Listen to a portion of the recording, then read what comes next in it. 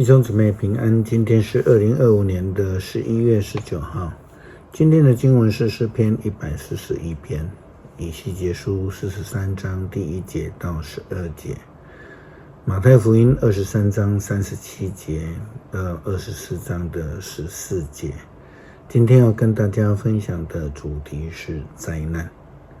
在大自然界的灾难都必然是事出有因，无论是之前我们看到的马太鞍、堰塞湖溢流，造成了花莲县光复乡几乎是整个城镇被这个土浆来淹没了哈。那或是太鲁阁的燕子口、堰塞湖的产生，或者是像上个礼拜的凤凰台风之形成以及诡异的路径，还有 AI 预测失准等等，都有它的原因。那以色列人他们遇到的苦难灾难也都是事出有因，当然是最主要是因为他们背离了上帝的道路，失去了上帝的保守赐福，因此呢他们就遇见了灾难。先知书以西结书43章第1节到12节也谈到了以色列人的境况以及他们所遇到的灾难。那人带我到朝东的门，我看见以色列上帝的荣耀从东方来，他的声音像是海浪澎湃，大地因他的荣耀而发出耀眼的光辉。这个意象是从前我所看见上帝摧毁耶路撒冷的意象，和我在加巴鲁河边所看见的意象一样。于是我俯伏在地上，上帝的荣耀透过东门进入了圣殿。上主的灵把我提起来，领我到内院，在那里我看见了圣殿充满了上主的荣耀。那人站在我身旁，我听见上主从圣殿里对我说话。他说：必朽的人啊，这地方是我的宝座，我要住在以色列人中间，永远统治他们。以色列人和他们的君王都不会再拜偶像，或是为已死的君王立碑而侮辱我的圣名。他们的王宫的玄关和门柱紧靠着我的圣殿前堂和门柱，我们之间只隔一道墙。他们曾以可恶的行为侮辱我，所以我在烈怒之下把他们消灭了。现在他们必须停止敬拜偶像，拆掉他们为先王所立的碑，这样我就永远住在他们中间。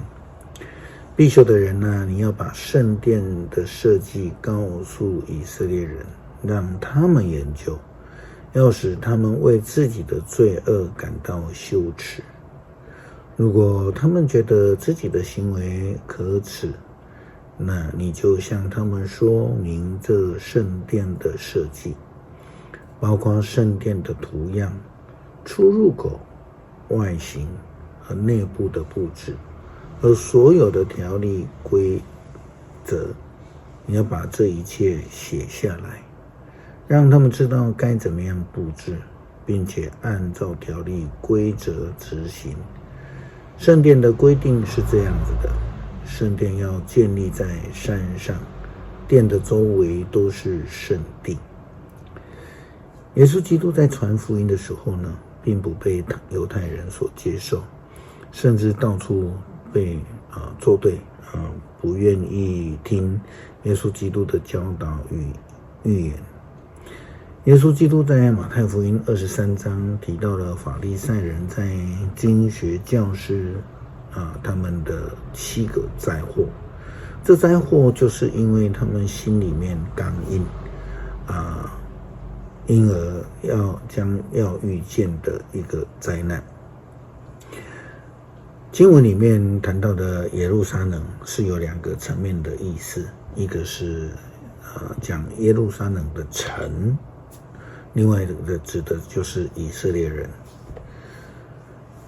耶稣基督的预言耶路撒冷所代表这两个意思，所谓的城跟人呢，都将要遇见灾难，因为他们背离了上帝的旨意，即将遇见灾难而毁灭。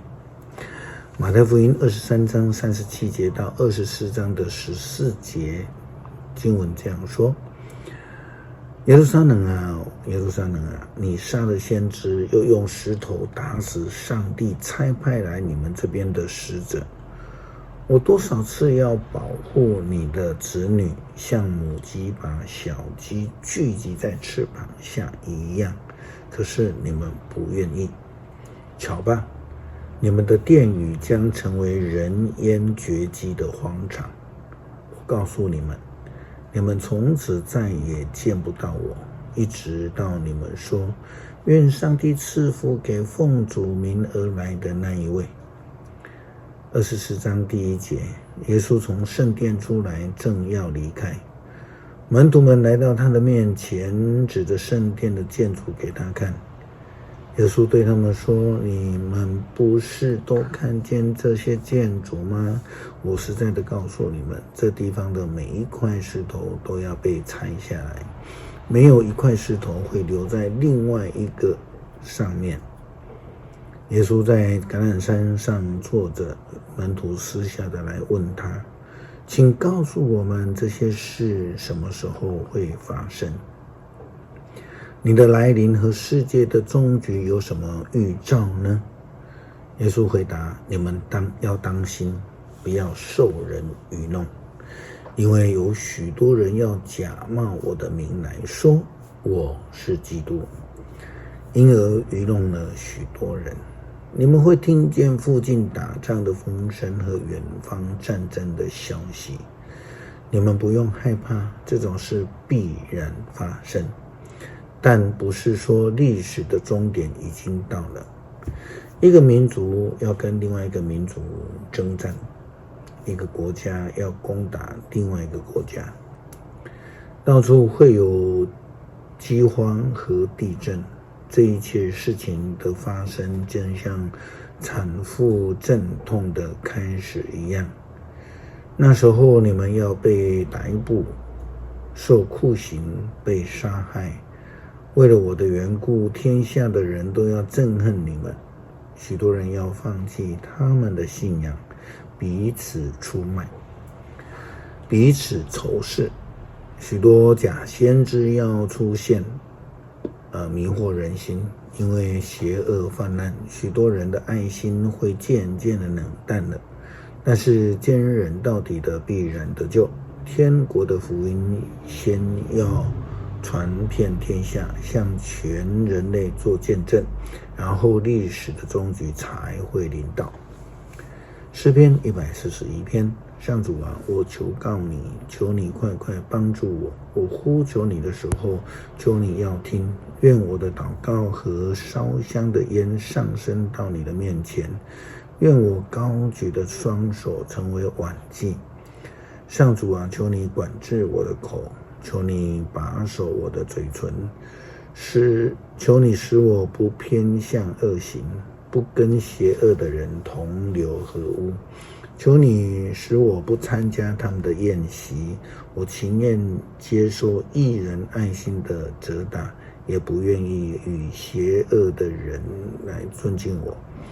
因我常常在祷告中反对他们的邪恶，他们的首领被摔到山岩下的时候，大众就会承认我的话是真实无疵。他们的骨头被丢弃在坟墓旁边的时候，像是被劈开碎掉的木头。然而至高的上主啊，我仍然信靠你，我要寻求你的庇护，求你不要丢弃我，求你使我不陷入他们所张设的罗网，救我脱离邪恶之辈的圈套。